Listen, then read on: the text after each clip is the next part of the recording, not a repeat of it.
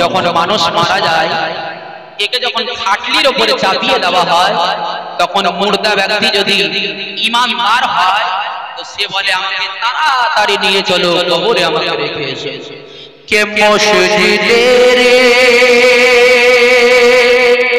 খাটে শোয়াইয়া জলদি করে চলো না জলদি করে আমায় নিয়ে চলো না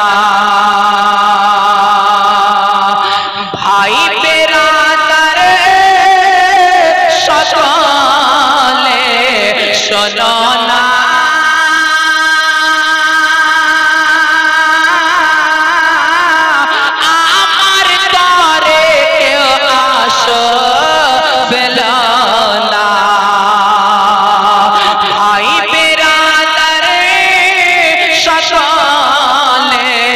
শোনো না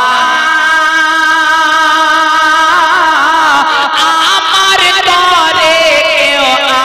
আসো পেলো না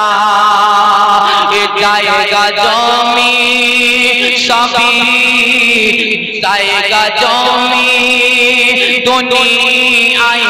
রাখিয়া কাফন ছাড়া কিছুই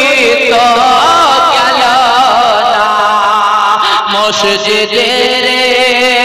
খাটেতে শোয়াইয়া জলদি করে আমার নিয়ে চলো না একটু জোরে বলো সুবহানাল্লাহ আর একটু মহব্বতে বলো সুবহানাল্লাহ কে কাছে আমার নেই দেশো না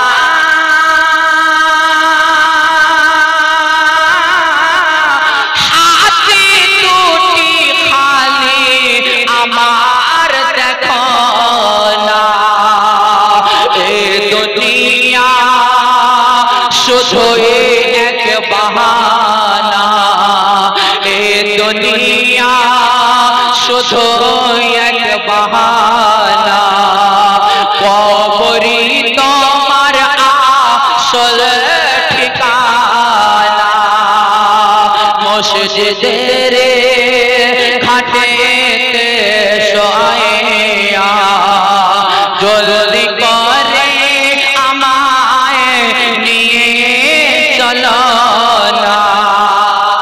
জোরে বলুন সুবহানাল্লাহ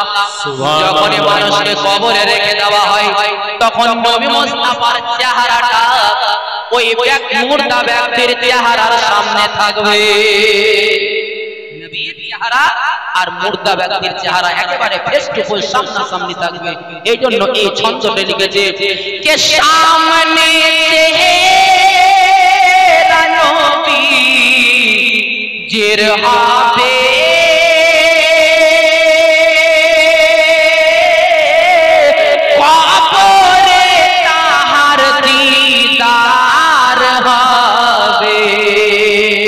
सामने चेहरा नबीर হবে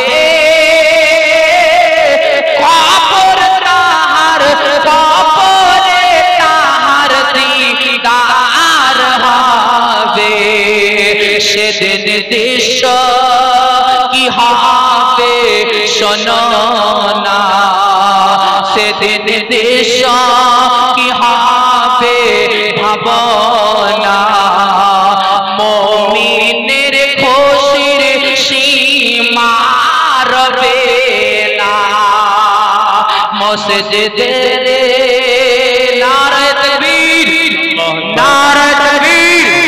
নারায়ে তাকবীর নারায়ে রিসালাত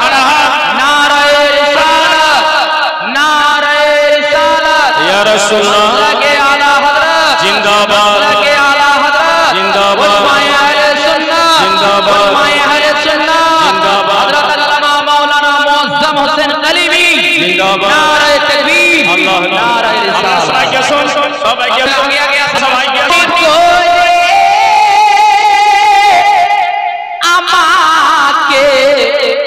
ভুলো না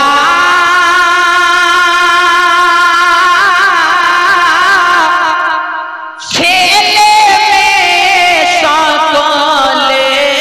শোনো না নাজিফ বলে কবরের জিয়ারত নাজিফ বলে কবরের জিয়ারত করলে মরণকে কেউ তো ভুলে না মসজিদেরি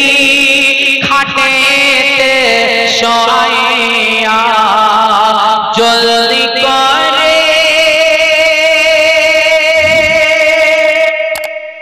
আমার